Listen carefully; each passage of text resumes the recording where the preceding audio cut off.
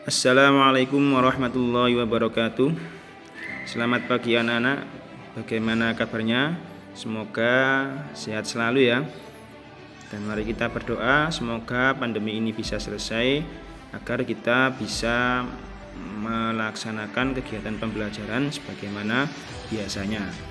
Nah, kali ini pada materi yang pertama yang akan kita bahas adalah tentang bersyukur atas karunia Allah. Tentu kalian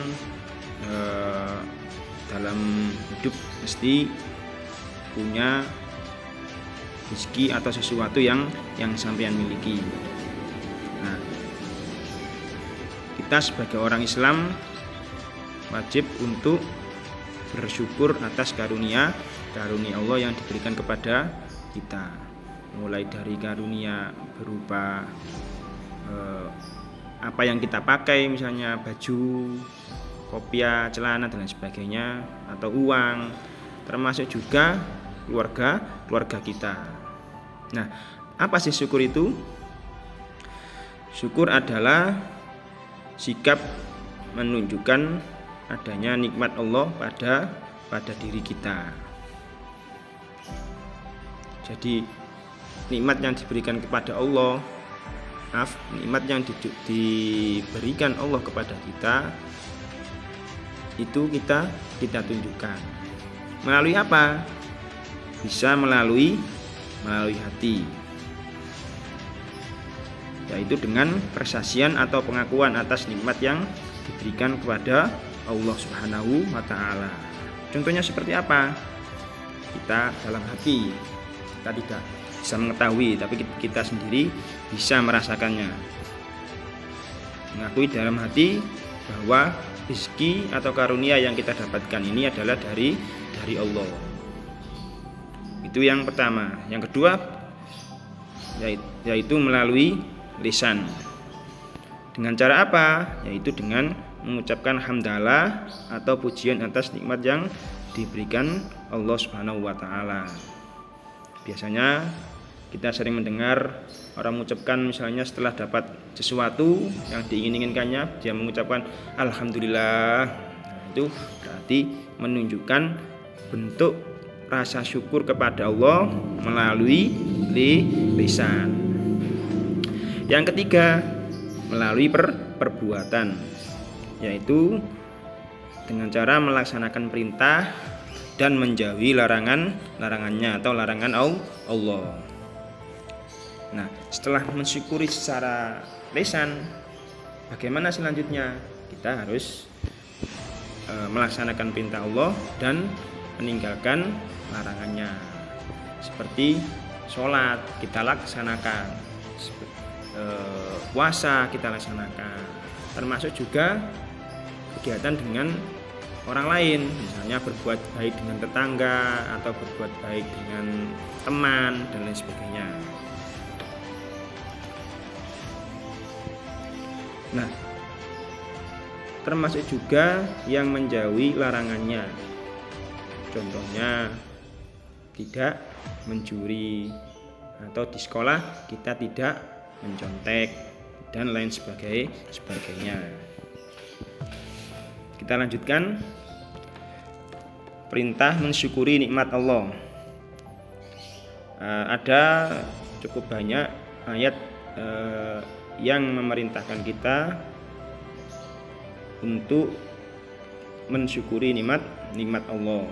Salah satunya adalah surat Ibrahim ayat 7. Coba saya bacakan. Wa idz ta'adzana rabbukum la in syakartum la azidannakum wa la in kafartum inna 'adzabi lasyadid. Artinya, dan ingatlah juga tatkala Tuhanmu memaklumkan, sesungguhnya jika kamu bersyukur pasti kami akan menambah nikmat kepadamu, dan jika kamu mengingkari nikmatku maka sungguhnya azabku sangat pedih. Jadi ayat ini secara jelas menerangkan bahwa semakin kita bersyukur, karunia dari Allah akan semakin bertambah. Begitu pula sebaliknya, semakin kita mengingkari nikmat Allah, maka kita akan mendapatkan azab dari Allah. Nah, apa sih ciri-ciri orang yang bersyukur? Yang pertama adalah anti mengeluh dan meremehkan apapun. Jadi dia jarang atau bahkan tidak pernah mengeluh atas segala kesulitan yang dihadapi. Yang kedua, memanfaatkan apa yang dimiliki dengan sebaik-baiknya.